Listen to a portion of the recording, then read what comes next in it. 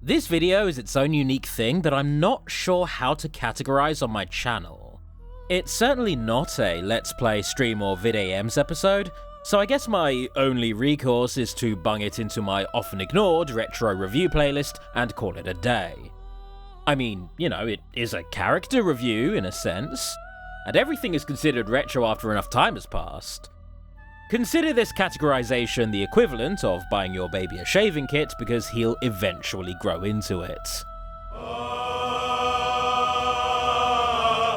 Let's start with some basics. Baldur's Gate 3? Masterpiece of a game. I'm still gutted that I wasn't a part of it. This imp right here leaves me 2 degrees of separation from it, and that alone makes me giddy. And I highly recommend it to everyone. If you've not played BG3, then close this video and do so right now. Or at least go watch my full stream series of it in the card and description, because I intend to spoil the ever-loving shit out of it. Case in point, this is a video about Squid Daddy. I mean the Emperor. The Emperor! Or, if you're so inclined, Balduran.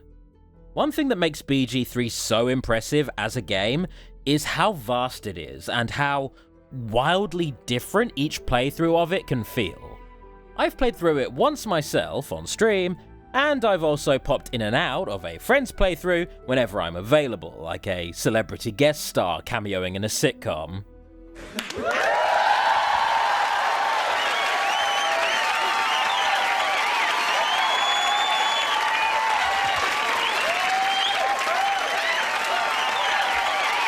And the starkest contrast I noticed in these 2 similar universes that my OC has lived in, shout out to my mate Sam for obliterating and scattering my boy across the multiverse because he straight up lost his DM notes, was the attitude towards the Emperor.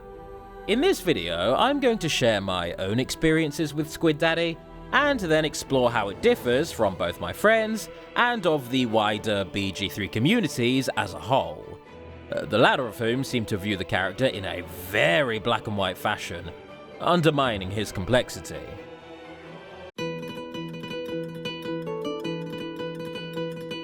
After floating through the endless cosmos and landing in Baldur's Gate, my frog-faced dragonborn, Gil, found himself snatched up by some illithid, getting himself wrapped up in all kinds of violent shenanigans, and really putting his staunch devotion to Hippocratic pacifism to the test. Going on an adventure with his Lutador friend Kabong, Astarion, and Shadowheart, along with several other adventurers who would spend most of their time chilling in the camp,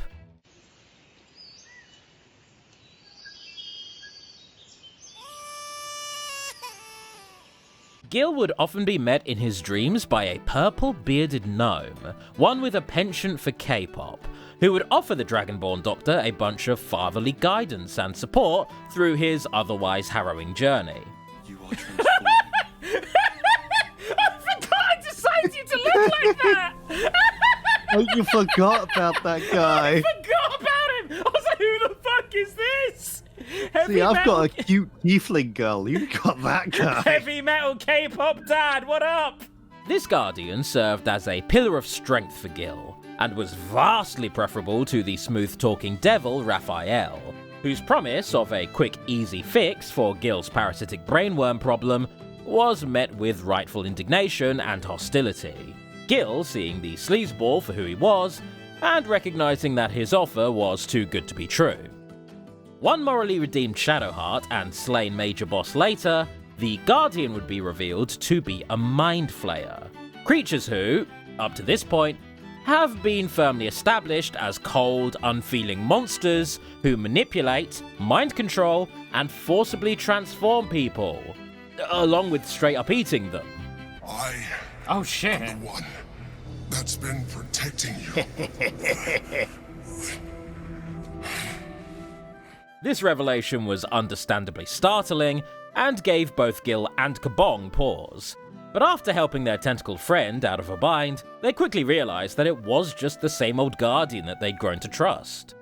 Sure, they felt scorned about being lied to, and the imprisonment of a sentient being in order to weaponize his power seemed a little sus, dangerous as the Githyanki are, but they quickly came to understand why the Emperor had to keep his former secret.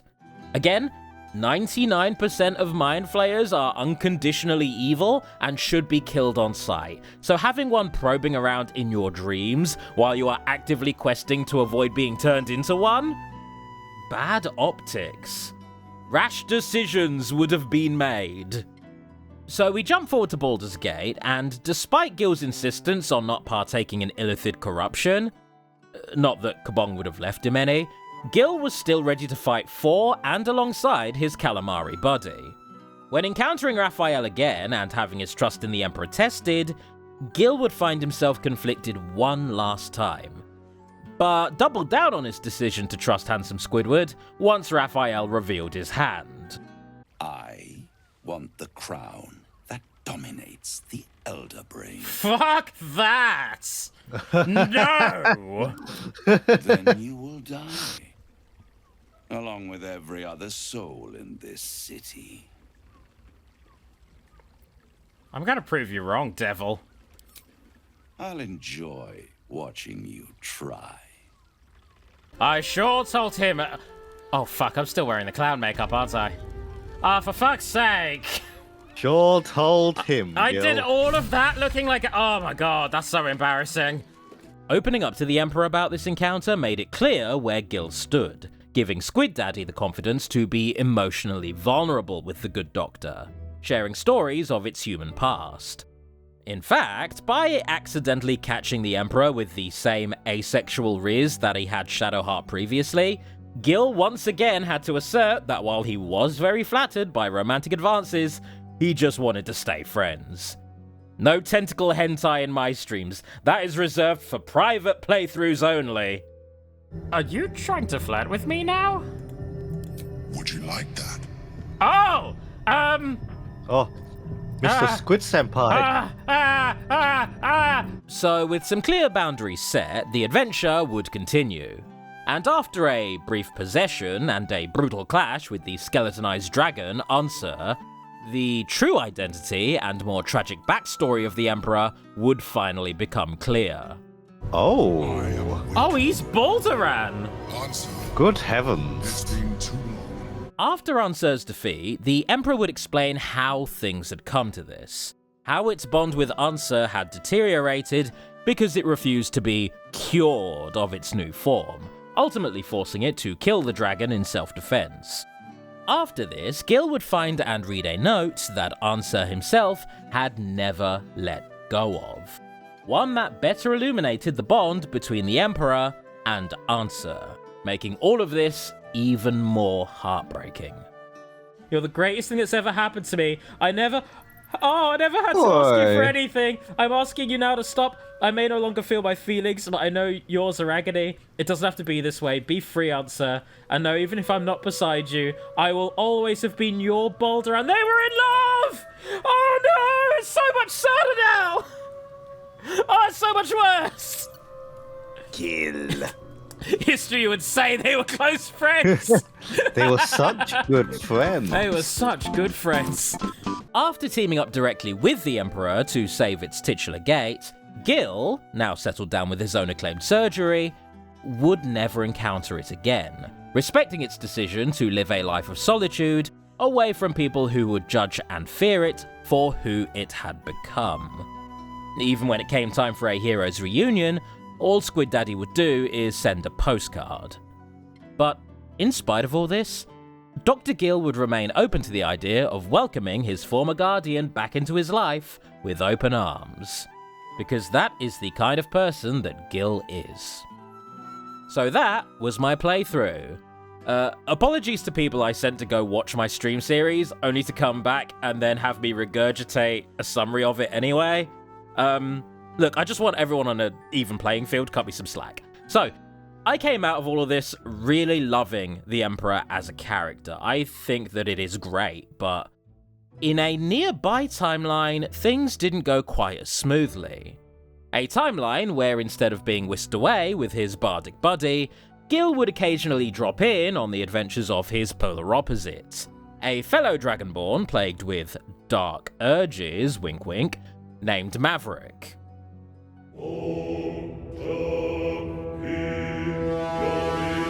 This wasn't a recorded playthrough, so I hope you all like clip arts.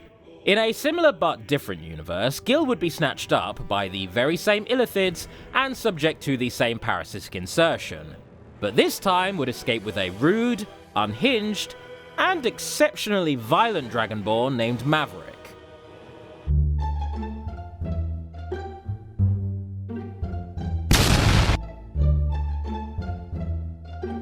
Quickly identifying this new ally as being let's say a slight risk to his own well-being, Gil quickly made himself scarce, spending most of his days hanging out with his cool-as-hell skeleton friend, Withers. Days later, within Baldur's Gate, Gil would bump into the adventuring party with whom he'd placed his trust that they would save the day and keep him from going all squiddy. Noticing that Maverick had formed a romantic bond with Gale and eventually softened up a little bit, Gil would choose to tag along as a party healer for a spell. What's the worst that could happen? He got a direct ticket to hell, where he was forced to confront an enraged Raphael. Is he singing his own goddamn theme song? Clashing with Raphael, the cult of Baal, Lord Gortash, and Maverick's own inner demons, in a very literal sense, Gil was able to better understand Maverick, and was over the moon to see him finally overcome his dark urges. An event so momentous that even his boy Withers had to rock up to pay respects. Now, you're probably wondering where the Emperor comes into all this. Well, both Gil and Maverick were subject to occasional mental visits from Octodad. But where Gil found the Emperor pleasant and agreeable, Maverick absolutely hated it. Not enough to kill or backstab it, but certainly enough to engage in a few shit-slinging matches. This left Gil, and myself, his player, kind of confused, thinking that this may have just been a result of Maverick's lingering Durge rage. But after prying a little bit, Gil realized that Maverick, whose whole life had been a cavalcade of violence orchestrated by the god of murder Baal and his cultists, really didn't care for being manipulated. He was no stranger to it, having unknowingly killed people when Daddy Baal decided to take his barely lucid body for a joyride. Right into a figurative orphanage. If there was one thing Maverick prized aside from Gale, it was his own agency. And for a Mindflayer to have been deceiving and pulling his strings on top of all of that, well, that was not fucking cool, to put it mildly. Out of character, I thought this was an excellent creative choice that made for some solid role-playing, and yeah, it super did. With Maverick softening up, he begrudgingly teamed up with the Emperor for the greater good, and things would pan out similarly to Timeline A. But after a real out-of-character talk with Maverick's player, I learned that his distaste for Davy Jones was very much real. And not only that, but this was a common take in the Baldur's Gate community. Go fuck yourself. So, here's the part of the video I've been really excited for. Discussing the fandom. I don't mean to come off as a snob when I say this, it is just how I'm wired. But I do not even slightly engage in fandom culture if I can help it. I don't do discourse, I don't let people dictate to me what is cringe or what is based. I enjoy things based on their own merits and my experiences with them. I'm an unapologetic fan of Sonic, Pokemon, Steven Universe, and Undertale. Based on that list alone, I think you can ascertain that I'm not talking out of my arse here. So, hearing that the BG3 community has a sizable portion of people who've branded the Emperor as being the worst, when Raphael is right goddamn there, that left me utterly fascinated. Now, I'm not lambasting my friend here for sharing this opinion because A, he was open to my explanation of why I clicked with the Emperor, and B, he's also my boss and I don't want to get fired. But he did inspire me to go on a deep dive. Emphasis on deep, I decided to check out Reddit as my first port of call for full-on brain-dead discourse. And oh my god, was it. Empty calories if Squid Daddy tried to munch some of these people, let me tell you. I'm no longer enough of a jerk to directly quote people who I'm actively disparaging online. Do not harass, what the fuck's wrong with you if you do? So, I'm going to paraphrase what I've read from these posts. A prevailing thought that permeates a lot of this discourse is the notion that the Emperor is no different to any other Mindflayer, being a liar, embellisher, manipulator, and a self-obsessed sociopath who has simply decided to catch you with honey instead of vinegar. This notion is usually backed up by either its constant lies and half-truths, which, honestly, fair enough, I can see a player getting jaded by those as you learn more about its more disturbing actions, or because of a doubling down on what we know to be true about Mindflayers, because goddammit, they're Mindflayers. It's there clear as crystal in the text, and the Emperor itself admits to losing its ability to feel. By definition, Mindflayers are soulless, inhuman aberrations incapable of being trustworthy. They are inherently evil. If they are not actively malicious, then they are selfish at best. And if you read the Emperor's character as being even slightly sympathetic, then you have fallen victim to it. Holy shit! Do I firmly disagree with that notion? In fact, I think you've rolled a critical fail on your media literacy roll. Ignoring that D&D has previously received flack for how it has tied moral determinism to sapient races and species in the past, something that it is currently making efforts to move away from because of the really unfortunate implications that come with such reductive ideas, Larian have clearly written a game here where one of the prevailing themes is grey morality. Yes, of course you still have a slew of overtly evil characters. A good chunk of the enemies you face are as gleefully and self-assuredly evil as they come, because murder feel good and Daddy Bar like it when the red water comes out. But one of the game's major playable stories, Redemption Durge, is a story about defying the role that has been assigned to you. About doing the right thing in your own twisted, fucked up way, despite being destined and born to do terrible, terrible things. I think that that is a direct parallel to the Emperor, whose actions, while often fucked up and morally questionable, all ultimately served a greater good, if you went for a good ending, obviously. This is not something that should even cross the mind of a classic Mindflayer, based on everything that these Redditors have insisted about them. Now, Olive Branch, I did say earlier that BG3 is insanely vast, so a part of me wants to give the people who insist that the Emperor is purely a villain the benefit of the doubt. I want to assume that they may have ended up following a different path where it actually did just enthrall, manipulate, and squidify them. But based on Gil's experiences with it, where he was firm enough to stand up for himself and not give in to illicit corruption, but instead appealed to the Emperor's lingering humanity, I can say, without a shadow of a doubt, that the Emperor has the capacity for selflessness. Because in my playthrough, the Emperor came out of all of this having gained jack and shit. Save for its own freedom, which, yeah, it cared a lot about, but it could have had more. It didn't go for world-conquering power, despite having multiple opportunities to seize it. It didn't take any thralls. Nothing. It settled for the ability to live its life quietly. That is not an evil or a selfish want. Everyone deserves that. I do not have a smooth segue for the next part.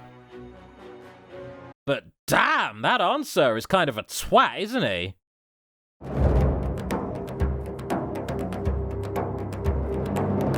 I think one reason that I don't subscribe to the idea that the Emperor is just a manipulator because Mindflayer is because it fully disregards its own agency and character motivation. which are really masterfully written, as most of Baldur's Gate 3 is. Given the shit that happened between it and Ansur, a former lover trying to kill it because he couldn't accept what his beloved Balduran had become, holy shit does that explain the trust issues. The keeping the party on the hook and trying to puppet them around without exposing what it truly was. The self-imposed isolation and the want to live freely. The constant framing of itself as a good guy and a put-upon victim in order to garner sympathy. All of the attributes that people hate the Emperor for are reasonable goddamn trauma responses to that one life-ruining event that we all know to be true, because there was hard evidence. The note was right there on Ansur's body. The Emperor doesn't want to be hurt by those who see it as nothing more than a Mindflayer. Reddit? Because why would it? Hence the lies, the deceptions. Even if it was still human, I still believe it would have acted similarly, if not exactly the same throughout this campaign, because to coin a phrase that some people don't like to hear, hurt people hurt people. Only through unconditional trust. Well, without letting it indulge and fully take advantage of you, which I fully believe to be a possibility. I've not gotten the full Illithid ending. Can you help it to overcome its trust issues and find inner peace? Or even the capacity to romantically love again if you're not already married to the concept of medicine. And as a doctor dedicated to improving the physical and mental health of his clients, I think Gil did a cracking job at that. Even if the citizenship of the Sword Coast and a vocal chunk of the BG3 fanbase insist on hating the Emperor because of what it is, Gil will always accept it. Wait a second. Is the Emperor trans, or am I chatting shit? I typically don't headcanon fictional characters' gender identities or sexualities, preferring instead to get concrete authorial or in-universe confirmation of said identities. I recognize that a lot of my trans friends, followers, and mutuals will headcanon characters as trans when they see themselves in characters they like, which is the least they deserve when starved of mainstream representation. Do not give them shit for that. But as a cis bloke, I recognize that I am not in any position to simply prescribe allegory where there may not be any. My interpretation here is based on personal biases and second-hand life experiences. But learning about the backstory with Ansur for the first time, I noticed a few quirks that had me tilting my head and questioning a few things. A so-called loved one turning to a so-called cure, and eventually pivoting to violence instead of loving and accepting the Emperor for the happy and self-actualized person it had become. The discarding of the name Balduran like, say, I don't know, a dead name? The masking of its true self around people it doesn't yet know if it can trust? The experiencing of bigotry, hatred, and prejudice, driving it to seek a life of quiet isolation? The forsaking of traditional gender identity? That's the biggest one, I should have started with that. The changing of its pronouns? Yeah, you know what? After some googling, I did notice all of the he's that I'd unconsciously put down in my script and changed them all to it's. I'm big enough to admit that. Homie prefers it. Now, yes, I get that there is more to the experience of being trans in a transphobic world than what I've just listed there. But at the very least, I hope you can see how I've made the connection to Octodad's arc of struggling to live freely as itself. Even if this is all just a bunch of coincidences and I'm reading too hard into an unintended allegory here, I still want you to ask yourself if it is right for people to cling to the idea that the Emperor is inherently evil now because it exists in a body that it feels happy in. Is that not just the very same prejudice that would leave you susceptible to turning to the side of an actual shithead like Raphael? Final act, you're doomed. No more grace, it's over. This Motherfucker, is he still going? I ran all of that last section by a transmate to make sure I was good, and after some revisions, he told me this, so I am running with it. Anyways, I think that's everything I wanted to say about Squid Daddy.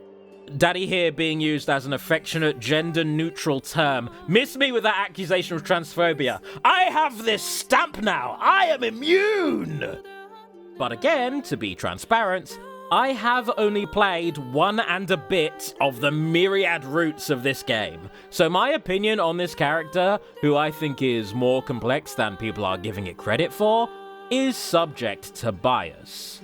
Again, I didn't even know that I'd missed Lae'zel until I was deep in the city, so maybe finally learning and understanding things from the Githyanki's perspective will further muddy the waters on whether or not Davy Jones here is a multifaceted person making questionable decisions, or just a complete and utter shitbag.